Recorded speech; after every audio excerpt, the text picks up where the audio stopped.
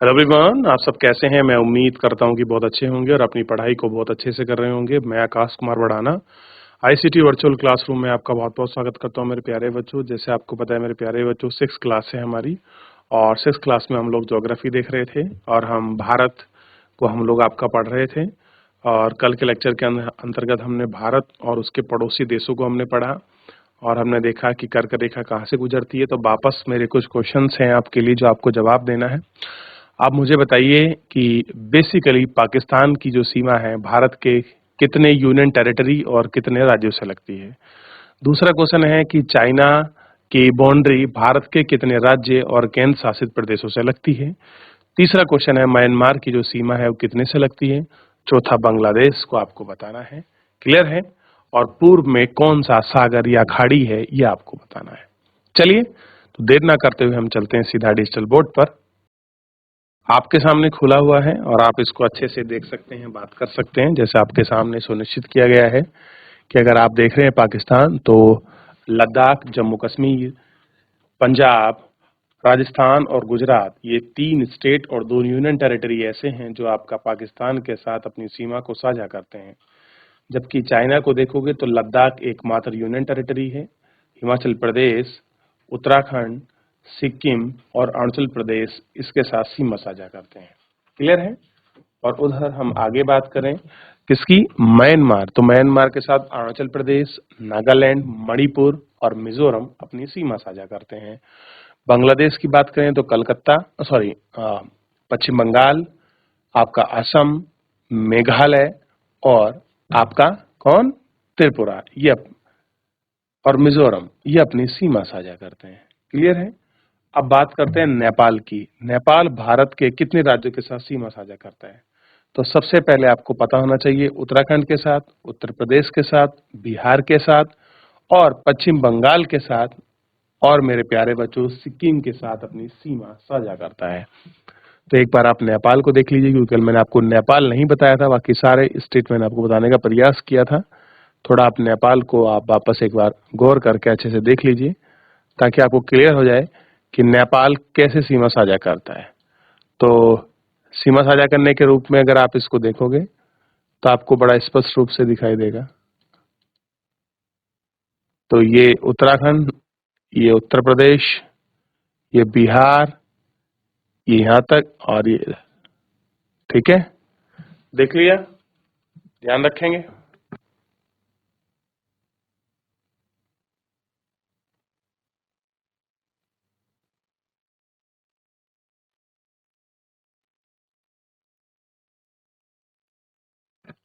आगे बढ़िए, देख लिया आपने। अब आगे बढ़ते हुए हम चलते हैं थोड़ा सा, और आप थोड़ा श्रीलंका पर नजर दौड़ा लीजिए। ये वाला श्रीलंका पर, यहाँ पर पाक जल संधि है, इसको ध्यान रखना। पाक जल संधि से भारत और श्रीलंका का सेपरेशन होता है और बेसिकली तमिलनाडु जो राज्य है उसके बीच है ये। ठीक है, राम सेतु के आसपास।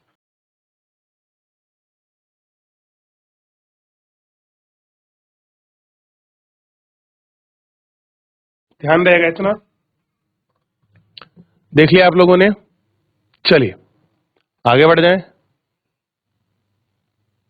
अब देखिए इनमें से कौन से देश हैं जिनके पास सीमाएं समुद्र से नहीं जुड़ती हैं। अब आपको देखना है कौन से देश है जिनकी सीमा समुद्र से नहीं जुड़ती है।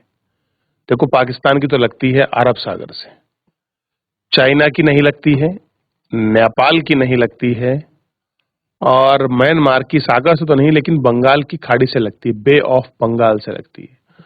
उधर बांग्लादेश की भी लगती है। क्लियर है। तो एक एक तो आपका भूटान कंट्री की नहीं लगती है। किसकी है, भूटान।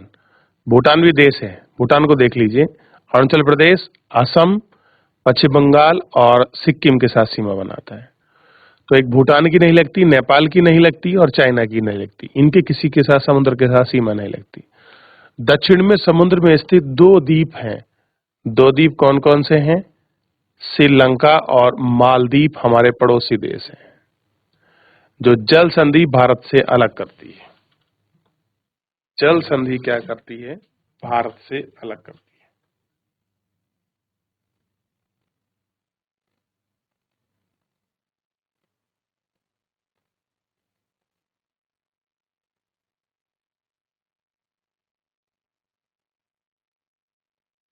क्या करती है? जल संधि भारत से अलग करती है।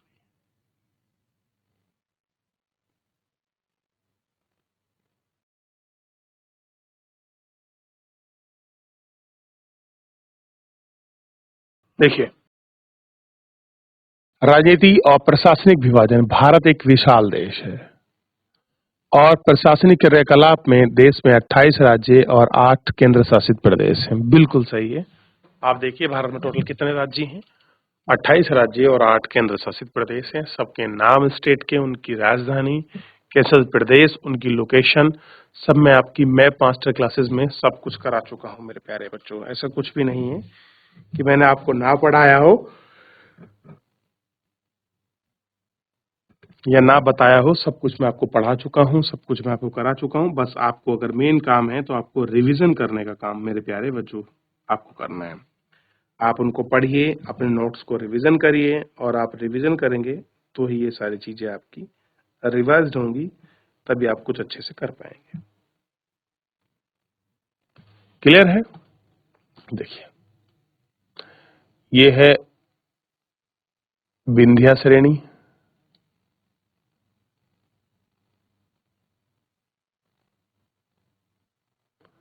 ये कौन सी है? विंध्या।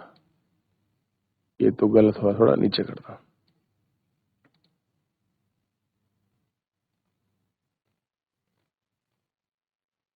ये है सतपुड़ा और ये है पूर्वी पठार, ये है पश्चिमी घाट,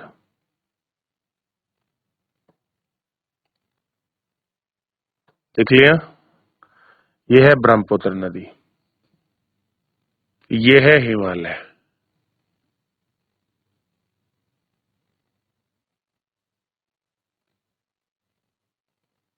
और ये है शिवालिक क्षेत्र। ठीक है? और ये है उपमहाद्वीप।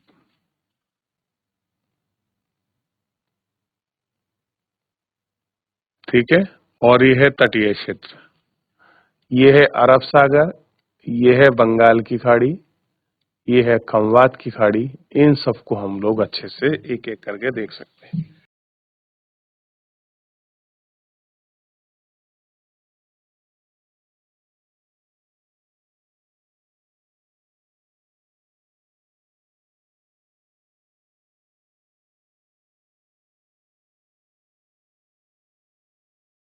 देख लिया?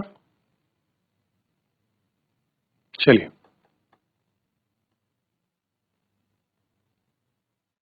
परिशिष्टक। दिल्ली भारत की राजधानी है। राज्य का मुख्य निर्माण मुख्यतः भाषाओं के आधार पर किया जाता है। कैसा है? जो भाषा का आधार है, इन सब चीजों पे हम लोग क्या करते हैं? भाषा के आधार पर किया जाता है। भौतिक विभाजन की बात करते हैं। भारत में पाई जाने वाली भौतिक आकृतियां विभिन्न प्रकार की हैं, जैसे पर्वत, पठार, मैदान, तट, द्वीप समूह।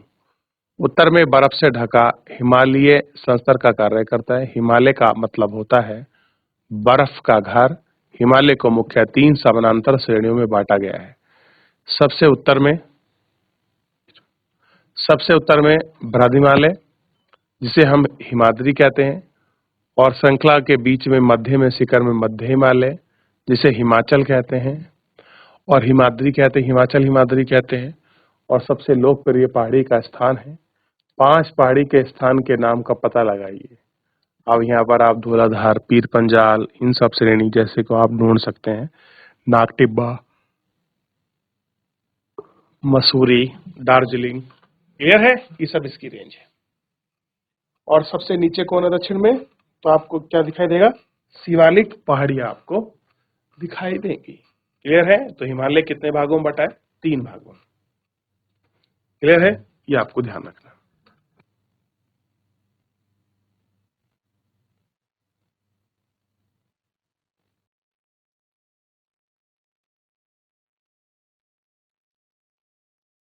देख लिया इतना?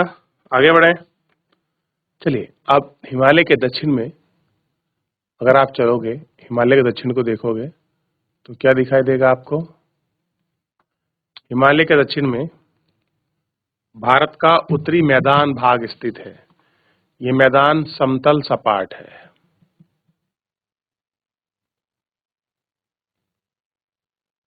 मैदान सिंधु, गंगा, ब्रह्मपुत्र तथा इसकी सहायक नदियों के द्वारा लाए गए जलोढ़ निक्षेप से बना है। ये नदियां कृषि के लिए महत्वपूर्ण उपज प्रदान करती हैं। यही कारण है कि इनकी मैदान में जनसंख्या अधिक है। कैसा है? मैदानी क्षेत्र में जनसंख्या अधिक। ये आपको दिखाई देगा इसका मैदानी क्षेत्र। क्लियर है? यहाँ पर कैसी है? जनसंख्या अधिक है। भारत के पश्चिमी भाग में भारतीय महामरुस्थल स्थित है। पश्चिमी भाग में भारतीय महामरुस्थल यानी कि अरावली पर्वत को ढूंढिए जल्दी से आप।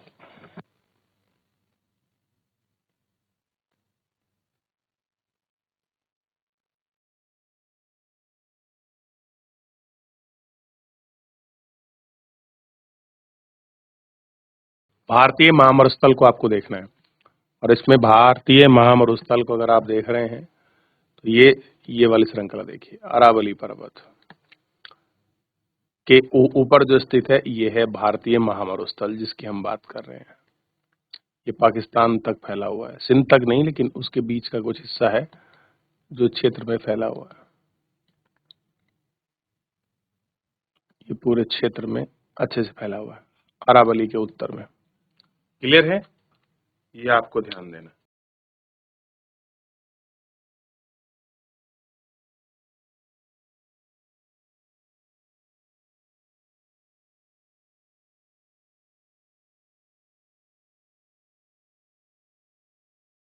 देख लिया? आगे बढ़ जाएं।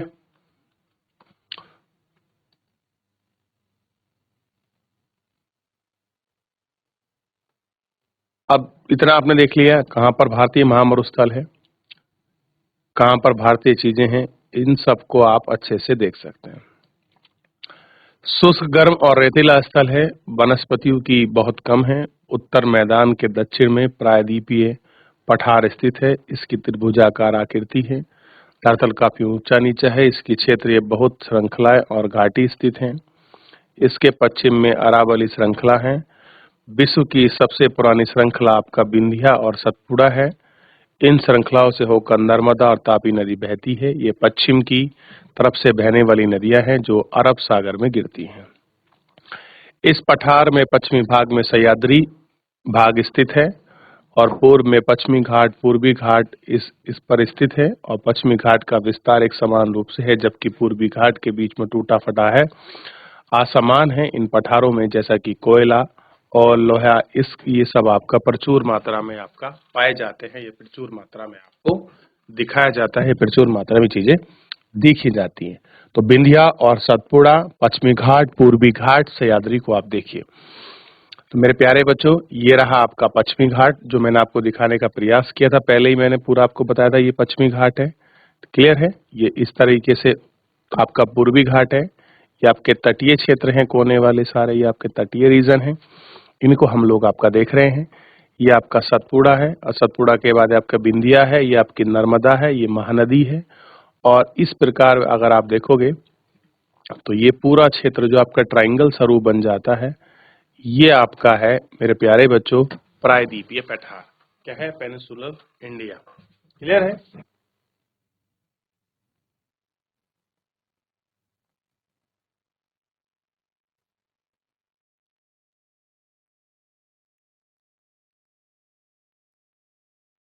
आगे बढ़ रहे हैं और आगे बढ़ते हम इनको देखते हैं कि करके गौर करके किसी कोई डाउट, कोई क्वेरी यहाँ तक मेरे प्यारे बच्चों? चलिए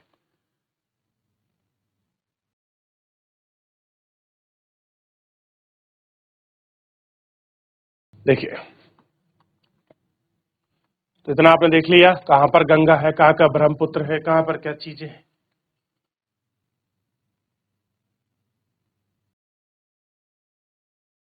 अब देखिए, पश्चिमी घाट के पश्चिम में पूर्व में तटीय भूतटीय मैदान स्थित है। ये सारे तटीय क्षेत्र ये मैदान स्थित है।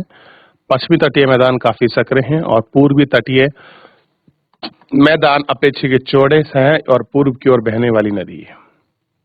ये कैसी है? पूर्व की ओर बहने वाली नदी है। महानदी, गोदावरी, कृष्णा तथा कावेरी बंगाल की खाड़ी में गिरती है। ये नदियां ऐसी हैं जो बंगाल की खाड़ी में गिरती हैं। क्लियर है? ये नदी अपने मुहाने पर डेल्टा का निर्माण करती है और गंगा और ब्रह्मपुत्र नदी के मुहाने पर स्थित है। इन सबको हम देख सकते हैं। क्लियर है? चलिए, ध्यान रहेगा इतना। तो आप देख सकते हैं कहाँ कहाँ पर क्या क्या चीजें मिलती हैं, किस किस तरह का है। और आप कुछ देखिए, इस तरह के प्रवाल पाए जाते हैं। क्या आप जानते हैं प्रवाल छोटे छोटे समुद्री जंतुओं के कंकाल हैं? जो एक कंकाल जो है आपका समुद्री जीव पाया जाता है, उसका जब वो आपका मर जाता है तो उसके जो अवशेष होते हैं वो जम जाते हैं, उन्हीं को हम क्या कहते हैं? प्रवाल कहते हैं। क्लियर है? तो उनका कंकाल बच जाता है, जिनमें पॉलिंग की वृद्धि होने के कारण कंकाल ऊपर होता है, जो बढ़ते बढ़ते काफी ऊंचे हो जाते हैं और इससे प्रवाल द्वीप का निर्माण हो जाता है। क्या होता है? उसी से आपका जो प्रवाल द्वीप है आपका वो बन जाता है, जिनको हम कोरल रीफ कहते हैं। ठीक, कोरल रीफ का निर्माण होता है। चलिए, ठीक है, यहाँ तक कोई डाउट, कोई क्वेरी? आगे बढ़ें।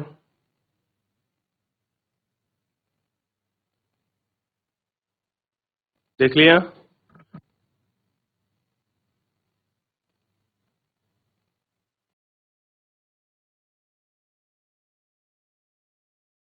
देख लिया मेरे प्यारे बच्चों?